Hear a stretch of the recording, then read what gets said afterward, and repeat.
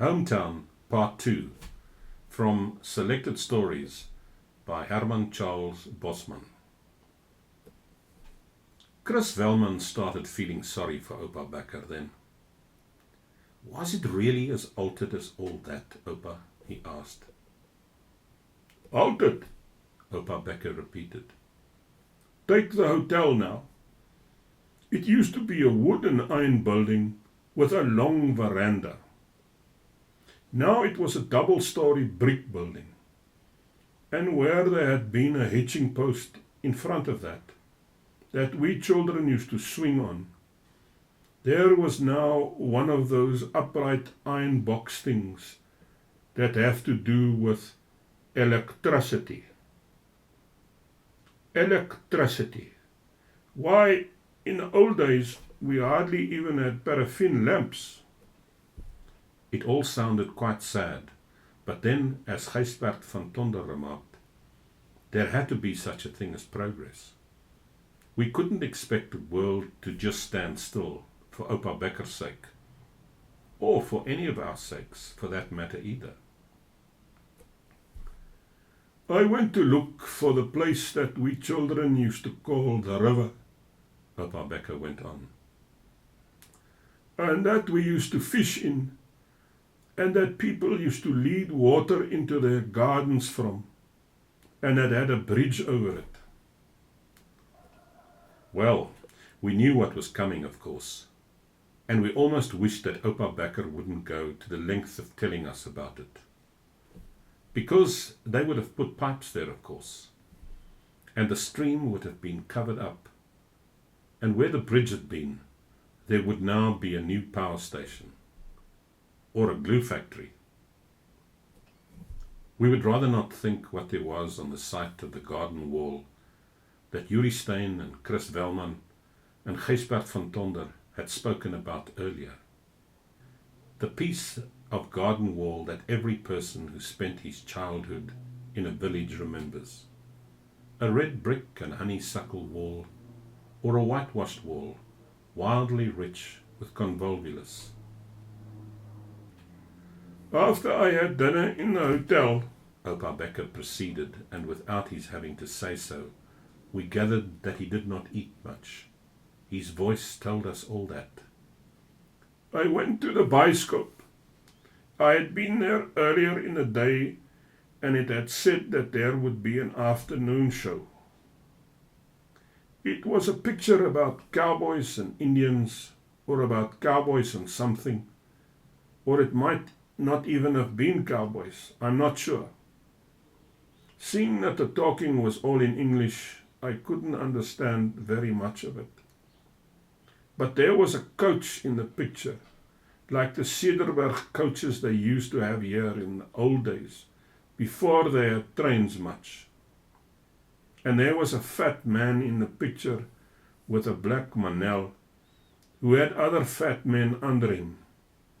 And he looked important, like a raadslid that they had in that village, when I was a boy. And that fat man with the manel's job seemed to be to work out for the other fat man what was the best way to rob that Cederberg coach every time. And after a while, sitting in that bioscope, I began to get quite happy again. And I didn't mind so much that my hometown had changed, because the places they had there, on the picture, where all those things were going on, were just like my village had been when I was a boy. And there was the same sort of riding on horses that I remembered well. And the hotel in the picture had the same kind of veranda. And although I didn't actually see any children swinging on the hitching post, they might have been, but the picture just didn't show it. Anyway, I knew it was the same hitching post. I mean, I would know it anywhere. And I was pleased to see the bridge too. It was exactly the same bridge that we had over our stream. in the old days. And there was a young fellow who wasn't as fat as the fat man in the Manel's men, and who seemed to be on the opposite side from what they were on, and got in their way every time. And the young fellow stood on that very bridge that I remembered from my childhood. He stood on a bridge with a lovely girl in his arms. And if you had looked under the bridge, I'm sure there would have been the same pieces of tree trunk washed up under the side of it. And afterwards, when there was shooting in the hotel, it was exactly the same paraffin lamps and candles that they had there, that used to be in the village hotel in the old days, before they made it into 2 stories. Afterwards, Oupa Becker said, when it came to the end of the picture, and that lovely girl got married to the young fellow, who wasn't as fat as the man in the Manel's men were fat, he felt happier than he had done for a considerable while. Happier than he had felt at any time since he got off the train that morning and saw that the road over the rise was tarred. Because the church they got married in was the old church, just as I had known it, Oupa Becker said.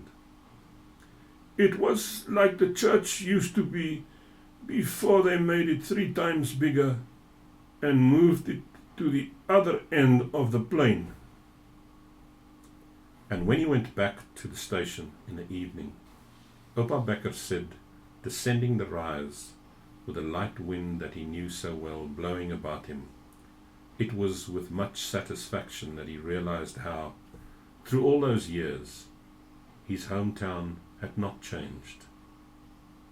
But that bioscope itself, Yuri Stein said, that must be quite a new thing, I should imagine. They certainly couldn't have had a bioscope in that village when you were a boy. No, Oupa Becker said. Where they built that bioscope, there was, before that, when I was a boy, a stretch of garden wall with a creeper over it.